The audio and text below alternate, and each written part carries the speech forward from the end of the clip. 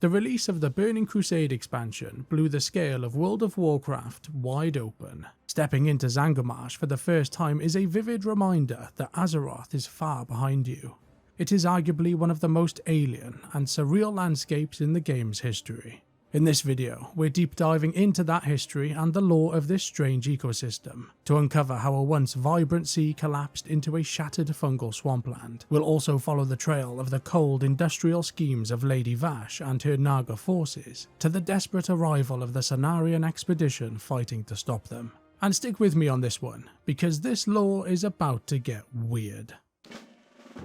Long before the first adventurer stepped through the Dark Portal, and years before the world itself was shattered into the drifting fragments of Outland, there existed the wild, primordial planet of Draenor. Before we go any further, the lore from this point all the way up until when the world of Draenor is shattered into Outland has all been taken from the second volume of the Chronicles series. Of course, when we talk about Draenor, there are two different possible versions we could be discussing, the main universe or the alternate universe. The Chronicles series are based on the main universe, so we can forget all about the Warlords of Draenor lore for this video. Now we know Draenor as the Orcish homeworld, but the Orcs were only a tiny fraction of its history. Thousands of years ago, the apex predators of Draenor were actually plants. Plants that were part of a sentient, aggressive hive mind known as the Evergrowth. These monstrosities began as mountain-sized carnivorous entities called Sporemounds. As they consumed more of the planet, they grew bigger and bigger, eventually tapping into the planet's raw elemental energy. This event ignited a communal hive mind. The Evergrowth was born, and the planet's plant life began acting as a single, massive organism. This is how the planet of Draenor looked when the Titan Agromar discovered it. If the Evergrowth wasn't stopped, it would consume every other life form on the planet. Because of his titan size, Agromar couldn't intervene directly, so he created a servant on the planet to do his dirty work for him. He brought a mountain to life with an elemental storm, and then he named it Grond. Grond was a beast. He tore through the first spore mound with ease, sending a shiver of agony through the entire hive mind. Realizing that being rooted in one place made them easy targets, the remaining spore mounds adapted. They drained the life essence from the land and gave themselves the power to stand up and walk. 3 of these giants rose to fight back against Grond. The one important to our story is Zang. Zang was a walking mountain of swamps and mushroom thickets. Everything we see in Zangarmarsh today all relates back to Zang. You'll see what I mean in a minute. Zang was the smallest of the 3, and also the first spore mound giant to be slain by Grond. As the years passed, this rotting, massive carcass of this creature collected water and slowly transformed into the Zangar Sea, a massive body of water nestled between Frostfire Ridge and Nagrand. Even though Zang was dead, the Evergrowth instinct to consume absolutely everything was hard-coded into its DNA, and that instinct was passed on to the life forms that formed out of his remains. Before long, the fungi, or the fungi, however you want to say it, in the Zangar Sea began a slow-motion invasion, releasing millions of spores into the wind and pushing more and more inland over time. This became known as the Zangar encroachment. Pockets of fungal growth started popping up all over Draenor, but the most important one was a place called Zangara that would eventually bleed out and become Zangarmarsh. The Evergrowth was then finally knocked back by the Colossals, and this gave room on the planet for other civilizations to rise up, like the Apexis Arakoa and then the Gorian Empire of the Ogres. But important to our story, the timeline has to come forward thousands of years, to the arrival of the Draenei and the catastrophic rise of the Horde. I'm going to speedrun the opening of the Dark Portal here, as we've covered the Blood Pacts and Kil'jaeden's schemes in great detail in our Hellfire Peninsula video. The too long didn't read version is that the Orcs of Draenor were fed the blood of Manaroth. They were turned into a fel-fueled war machine, and then spent the next few years systematically wiping the Draenei off the face of Draenor. Eventually, the Horde turned its gaze towards the Draenei's crown jewel, Shattrath City. As the city fell, the leader of the Draenei race, the prophet Velen, ordered a mass evacuation. He led the survivors on a desperate journey towards the Zangar Sea, heading for a secluded monastery built on a small, lonely island in the middle of the water, Telredor. Once they arrived, Velen ordered his artificers to install a massive network of arcanite crystals. They would be used to project a cloaking field around the monastery, effectively hiding it from the naked eye. While the rest of their race was being hunted to extinction by the orcs, the refugees at Telredor were finally safe. But to make matters worse, the world outside of them was also dying. As fell energy poisoned the planet and the Horde's dark magic began to wither the landscape, the vibrant Zangar Sea was slowly transforming into a swampy, fungal mire, the place we recognise as Zangarmarsh. Breaking the fourth wall for a second here, the lore behind the Zangar Sea is still open to interpretation. There's not much concrete evidence suggesting what drained the Zangar Sea, whether it was fell energies corrupting the land or the draining of the sea during the destruction of Draenor. After a few more years, the state of Draenor had gotten even worse. As we already know, the surviving Draenei were hiding in a temple that was once on an island, but was now surrounded by a fungal, swampy marshland.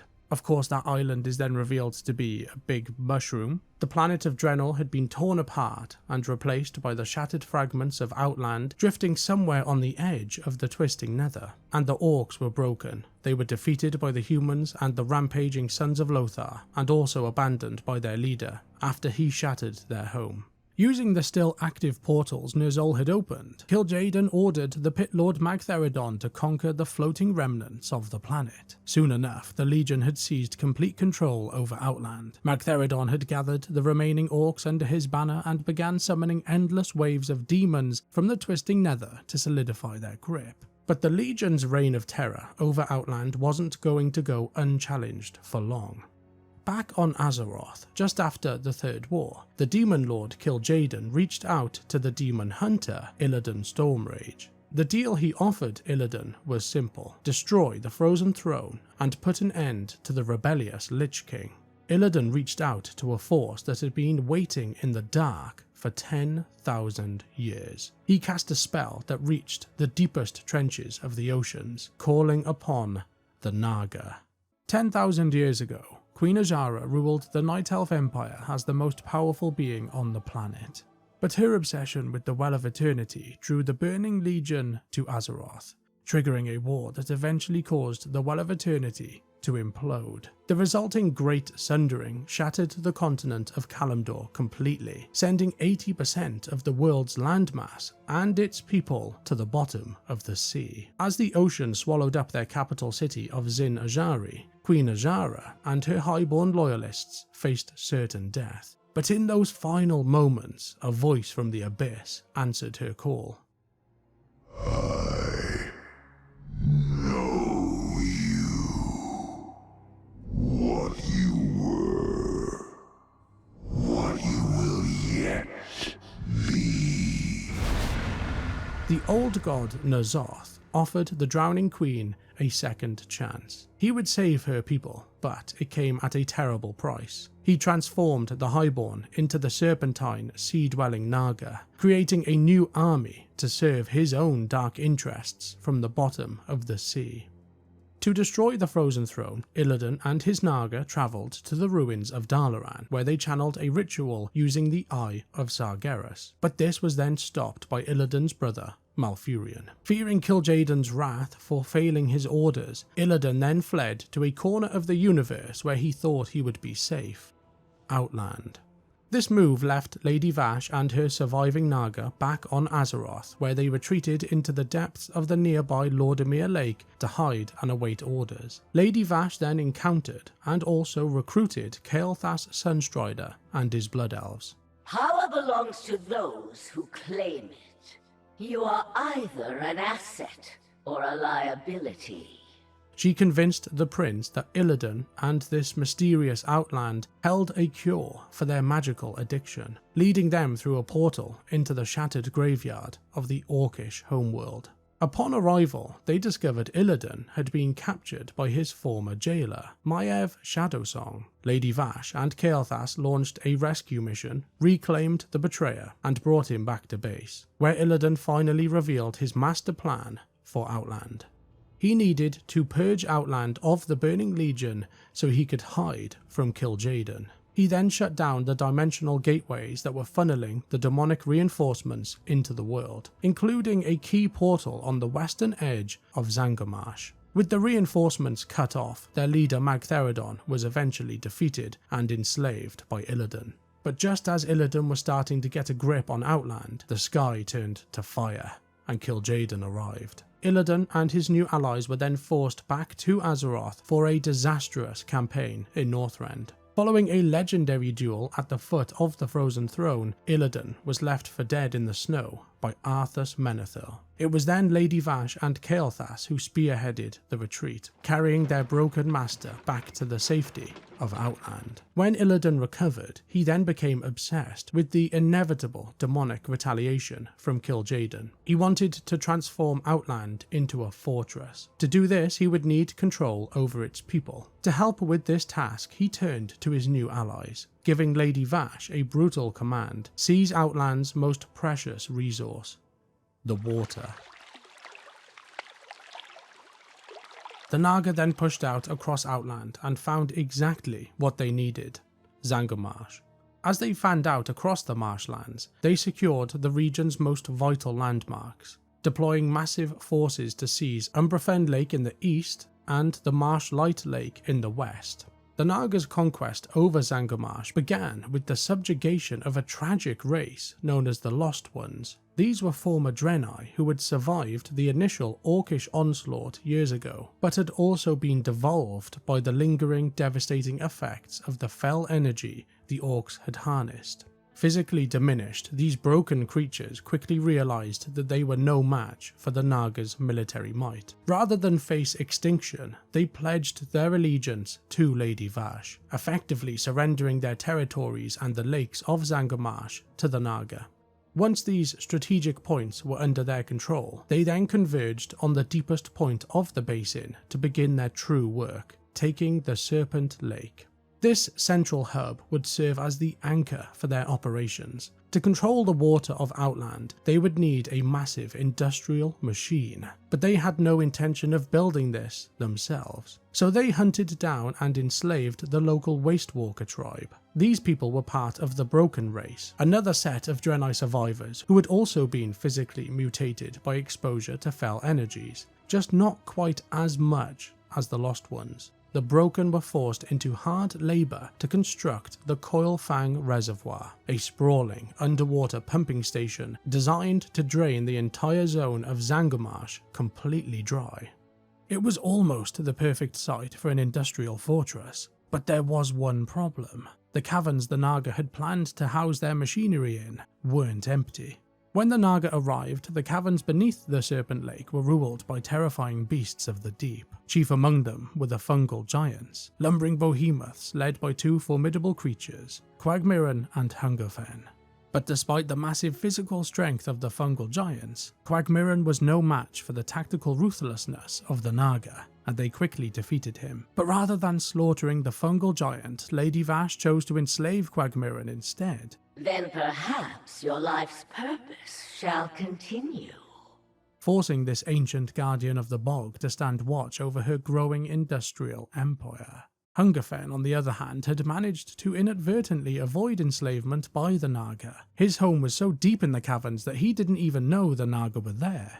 Those giants weren't the only ones to fall to the Naga. They also clashed with the Lobstrok. Their leader in Zangarmarsh was a powerful beast known as Rockmar the Crackler. Just like the giants, Rockmar put up a brutal fight against the invading Naga, but eventually he shared the same fate, forced into service by the Naga. The caverns underneath Serpent Lake were now secure, but what the Naga didn't have was a specialized mind who was able to run the complex machinery they were building there. They found their answer in a leper gnome. My Time machines are the future! They recruited mech-engineer Steamrigger, a brilliant gnomish engineer who had been selling his talents to the highest bidder across Azeroth ever since he managed to escape the Toxic City. Steamrigger was placed in charge of a place called the Steam Vault, the industrial heart of the operation. It was in here he perfected the technology used to siphon the water out of the marsh. Under this new motley crew management, the Coilfang Reservoir expanded into a four-wing fortress of industry. Located on the left side, we find the slave pens. This pretty much does what it says on the tin. This is where the enslaved workforce were kept. It was overseen by a dangerous trio, a powerful broken who sold out his own people to join the Naga.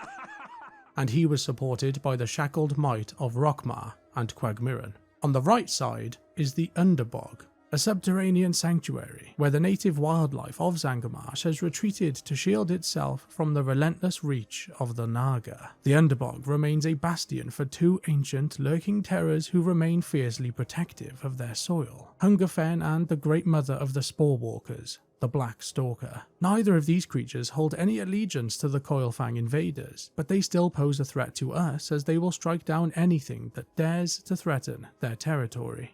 Next to the slave pens we find the Steam Vault, the mechanical core of the operation. This wing is heavily guarded by the Naga to make sure they protect Steamrigger as his massive engines grind away at Outland's water supply. And then finally, positioned in the centre, is the rest of the Serpent Shrine Cavern. This is the Naga's seat of power, where Lady Vashj herself resides. With the core facility operational, they then expanded their reach back out to the corners of Zangarmarsh, constructing huge secondary pumping stations across every major body of water in the region, including a location known as the Dead Mire. This place became the first to suffer the full devastating impact of the Naga's operations. It was once a thriving wetland, but as soon as the Naga turned on their pumps, it was drained almost completely dry shortly after, leaving behind a wasteland of dirt, dead fungi, and also enraged creatures of the deep who had just lost their homes. While the arrival of the Naga signalled a catastrophic shift for the history of Zangarmarsh, the draining of the marshlands wasn't the only threat to the ecosystem.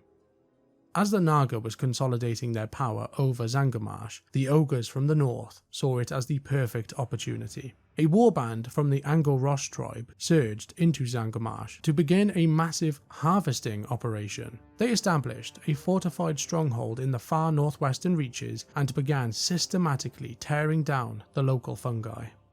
While the exact purpose behind the Ogre's harvesting remains a bit of a mystery, the consequences it had on the rest of the zone were pretty terrible. These mushrooms were the primary food source for the Bog Lords. Driven into a ravenous frenzy by the loss of their food supply, the giants turned their hunger towards another native species, the Sporelings of Sporeggar. For years, the Sporeggar tribe of Sporelings in Zangarmarsh had lived in peace along the western edge of the zone, utilising a nutrient-rich area known as the Spawning Glen to raise their young. Because the glen was so dense with the very life essence the Boglords craved, it became the primary target for the Boglords, who then instigated a desperate, violent colonisation of the area. Less than 4 years after Illidan, Lady Vashj, and Kael'thas all retreated back to Outland, the Dark Portal reopened. While we were busy trying to topple the fell orc regime in the Hellfire Peninsula, a specialised branch of the Cenarion Circle was dispatched across Outland to scout further into the unknown Shattered Planet. Back on Azeroth, the Cenarion Circle serve as the ultimate guardians of nature, a harmonious order of druids dedicated to preserving the world's fragile balance. When they crossed the western border into Zangarmarsh, they were horrified by the sight of an ecosystem in total collapse. Native races being enslaved by the Naga, homes and food being cut down by ogres, and the very lifeblood of the zone was receding as the water was being siphoned towards a central industrial hub. To combat this, they established Cenarion Refuge, a small outpost on the very first crossroads in the zone. Led by Isiel Windsinger, the expedition began a desperate race to study the marsh's unique biology, and also find a way to stop whatever the Naga were up to. But this task was monumental, and the druids couldn't do it alone. Fortunately for them, reinforcements were on the horizon. As Horde forces arrived in the area, they initially started working alongside the druids at the Cenarion refuge, but as more and more adventurers arrived into the marsh, it became clear that the Horde needed a dedicated stronghold, so they set off in search of a place where they could build their own settlement in Zangarmarsh. Led by Shadowhunter Denjay, the main force pushed into the western reaches of Zangarmarsh. It was here they discovered a secluded area nestled within a dense patch of towering mushrooms, the perfect location for a hidden base of operations. The Horde then quickly established the settlement of Zabrajin, transforming it into a vital Horde hub where soldiers could rest, resupply, and plan their next move against the forces of Zangarmarsh. The Alliance also arrived to Cenarion Refuge to help out the Druids, but in a move that mirrored their strategy in Hellfire Peninsula, the Alliance chose to repurpose an existing stronghold rather than build a new one from scratch. Soon after they arrived, the Alliance found Telredor, the ancient monastery that had been hidden from the world for years. By the time the Alliance marched into Zangarmarsh, Telredor had been revealed to the world, and the Draenei kindly opened their gates, welcoming in the Alliance to use the monastery as their primary staging ground. While securing the rest of the region, the Alliance also pushed into the northern reaches of Zangarmarsh. It was here that some of their Draenei reunited with a faction of the Broken, who called themselves the Kurenai. With both the Horde and the Alliance now firmly established in Zangarmarsh, adventurers were dispatched into the neon-lit mists with a singular, desperate goal: to restore some semblance of balance to this collapsing ecosystem. Both factions were tasked with gathering more information about the displaced and enslaved races across Zangarmarsh, and also to investigate what on earth the Naga were up to at the various pumping stations across the zone. When they were out there, they discovered a number of different facts about the various situations going on: the Naga draining the water away, the enslavement of the Broken and the Lost Ones, the invasion of the Ogres, and the fungal giant attacks on the spawning clan. Whilst they were out there, they were also asked to slay some of the bizarre and aggressive wildlife that were attacking adventurers from either side. The Hydras, marsh beasts, fireflies, and nether rays, just to name a few. In Telredor, the Alliance were tasked with investigating the dead Mire in the northeastern corner. Keep your feet on the ground! And reporting back on the state of the ecosystem. Some adventurers were also sent to the Karenai-run harbourage in the north, where they helped the Broken take down a nearby and aggressive tribe of Lost Ones known as the Daggerfen. As the harbourage was in close proximity to where the Ogres had set up camp, the Alliance were also asked to thin the ranks of the invading brutes. But at this point in time, they were already late to the party. Shadowhunter Denjay from Zabrajin had sent the Horde forces straight for the Ango'rosh Ogres, making sure they were almost wiped out completely before they could turn their axes on the Horde's new settlement. The Horde had also put heavy emphasis on biological research to help them get an understanding of what was going on in Zangarmarsh.